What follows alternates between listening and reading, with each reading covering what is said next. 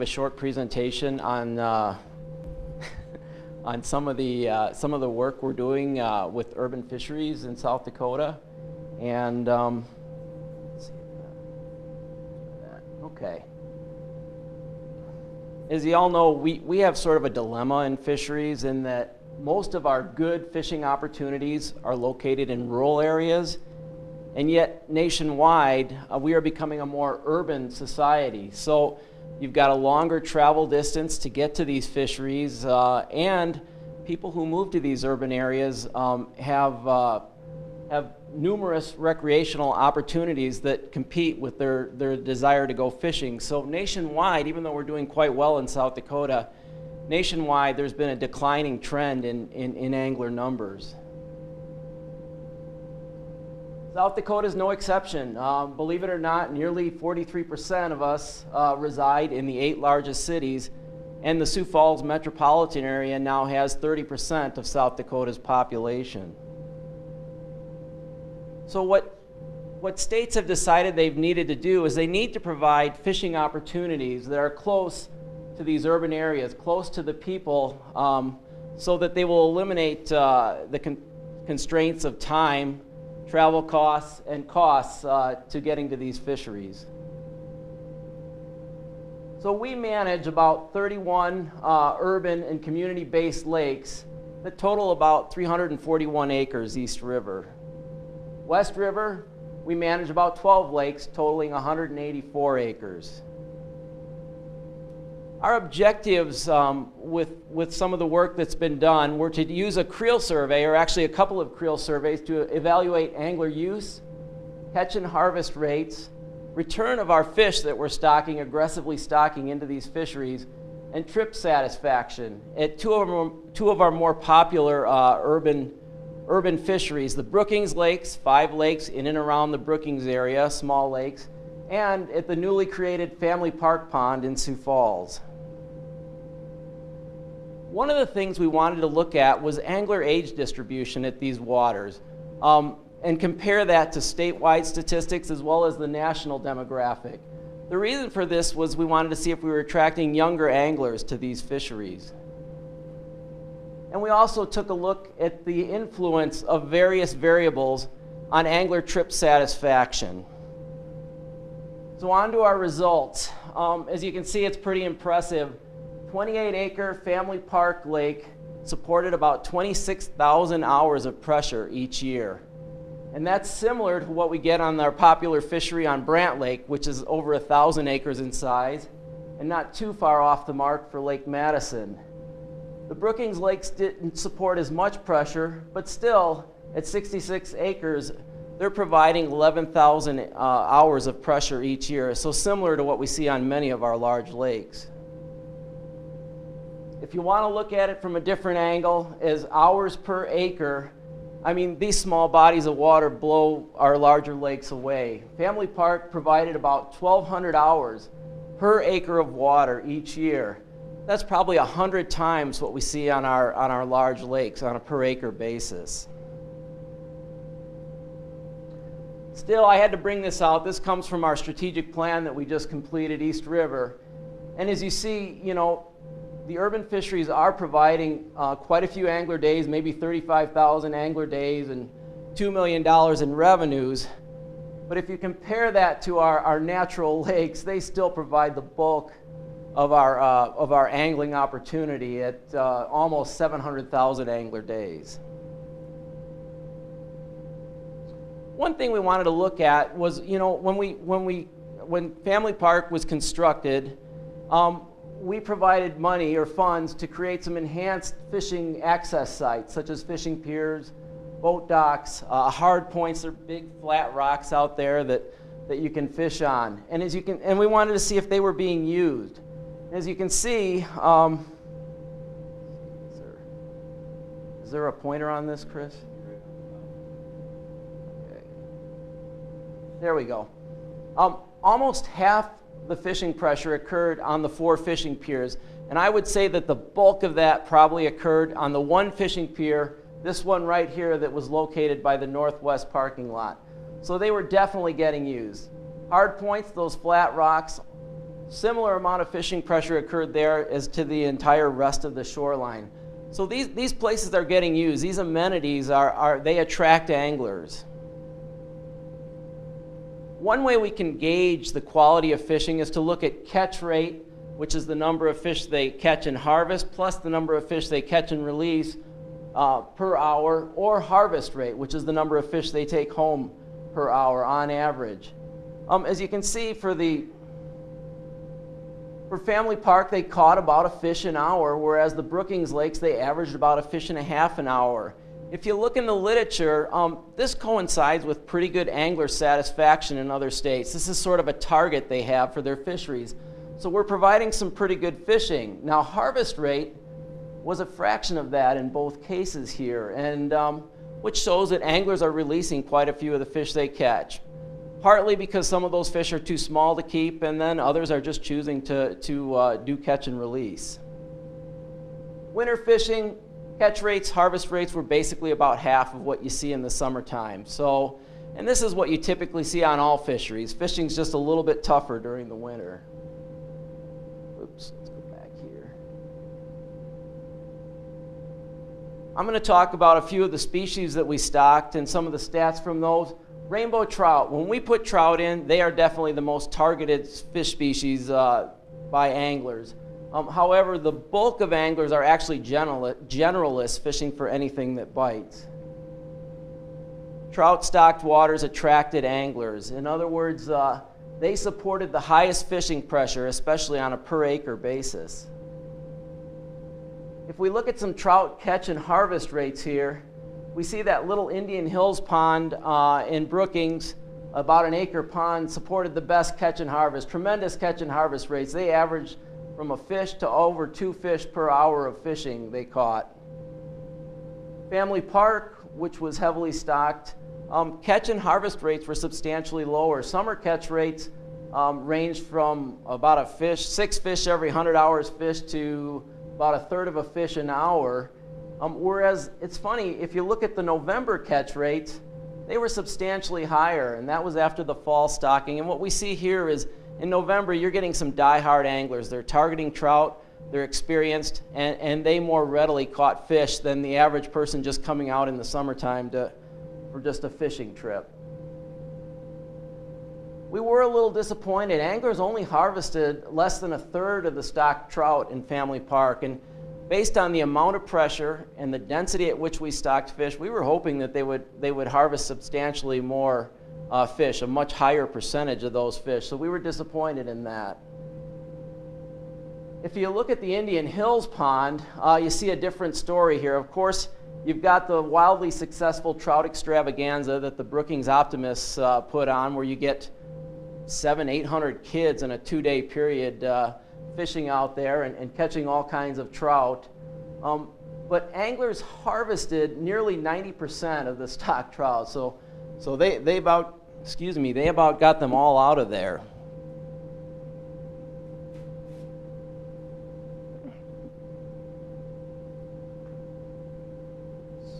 What would they do? The water.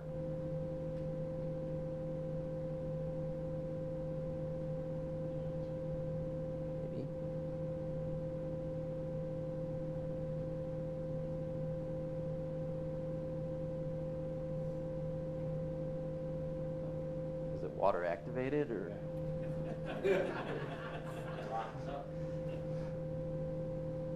we can do it manually if. Okay.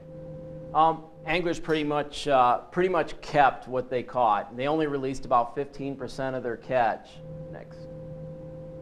And we had the highest satisfaction on this pond. Nearly 90% of anglers were satisfied with their fishing trip. Slide.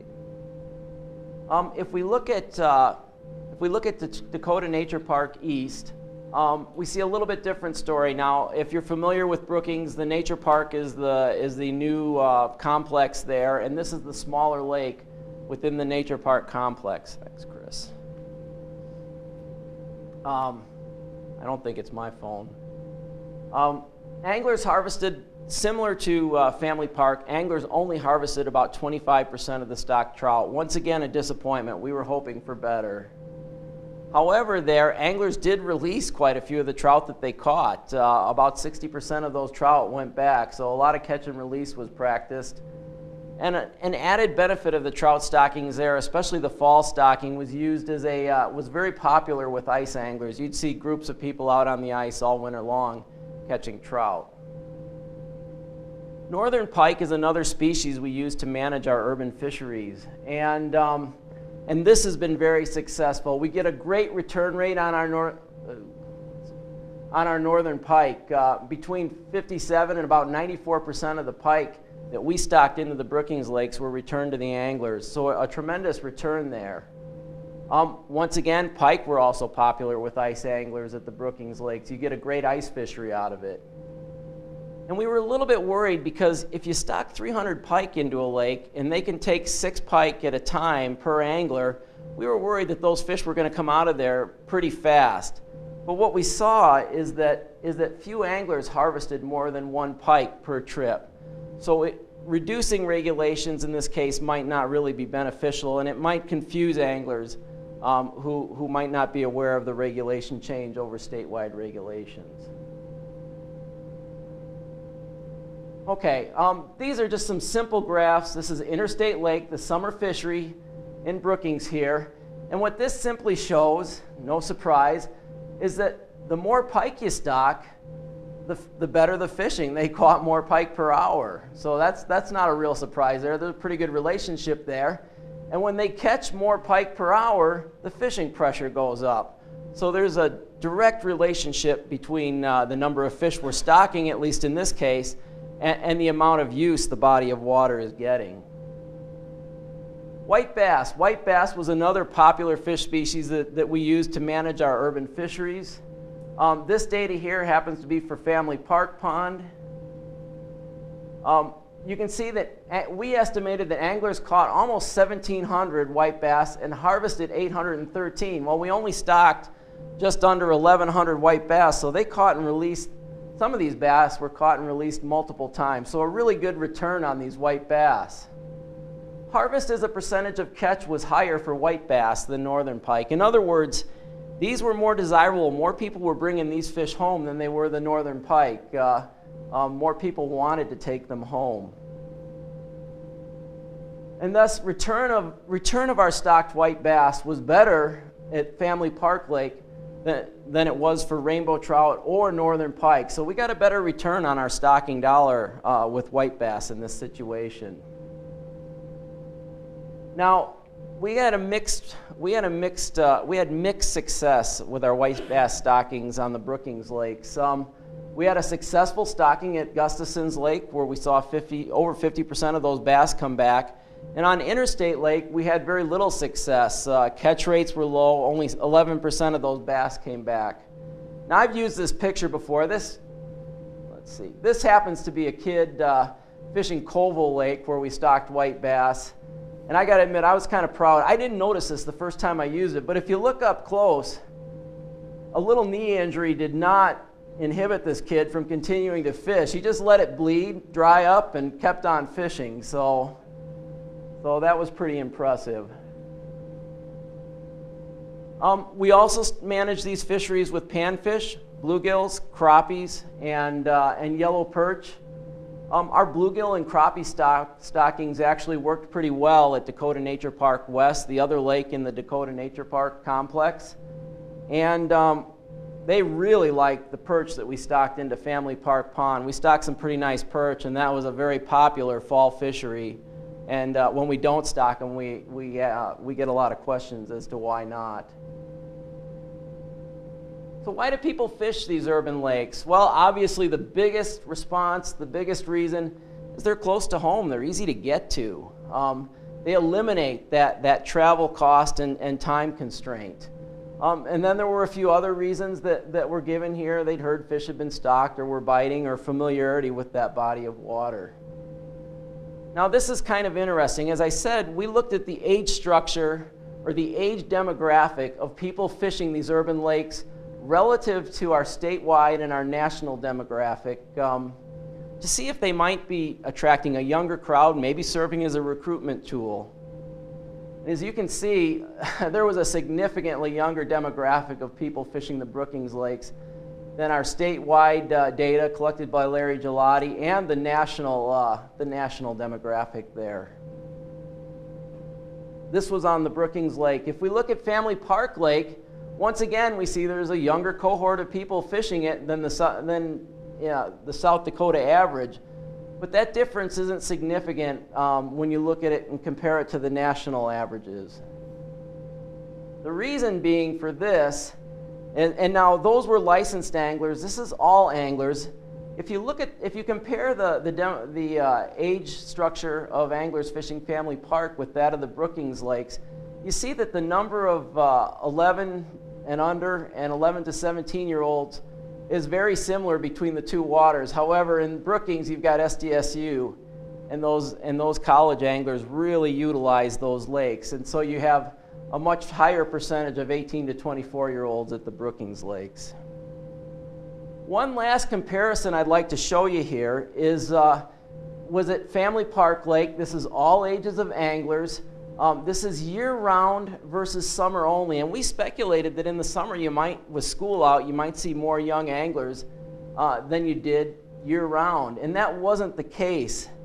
And one of the reasons might be is that one, it sits way out on the outskirts of town, and two, if you've ever been to Sioux Falls, it's kind of tough getting across 12th Street or Highway 42, and so there isn't a path that allows kids to ride bikes or walk to that fishery, and so parents would have to drive their kids over and pick them up, and so that might help explain why we don't see a lot of kids there by themselves in the summertime. And finally, we looked at what factors might influence angler satisfaction. We looked at some group attributes such as party size or whether adults were fishing with kids. Angler attributes, were they targeting trout, generalists, motivations for going fishing, and finally catch data. How good was their fishing? How did these variables affect angler satisfaction? And we used logistic regression analysis to do this. The variables that significantly influenced angler satisfaction on the Brookings Lakes were fishing open water, fishing with kids, whether they were targeting trout or not, their familiarity with the lake, and harvest rate. Oh, well, let's see. Let's look at Family Park. We see a similar suite, except some of the variables fell out of this one. But open water, trout angler, and harvest rates had a significant influence on angler satisfaction. Open water, that one's tough to call. Maybe it's warm out in the summer and people are having fun compared to ice fishing. The other possibility is that ice anglers have a larger investment in gear, so they may have higher expectations. Trout angling, trout provide a unique experience you don't get other places in eastern South Dakota. And trout anglers also had higher catch rates, so maybe that influenced their satisfaction.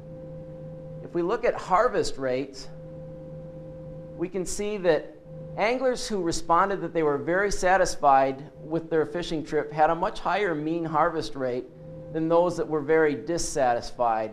So yes, catching fish does play an important role in angler satisfaction on these urban waters.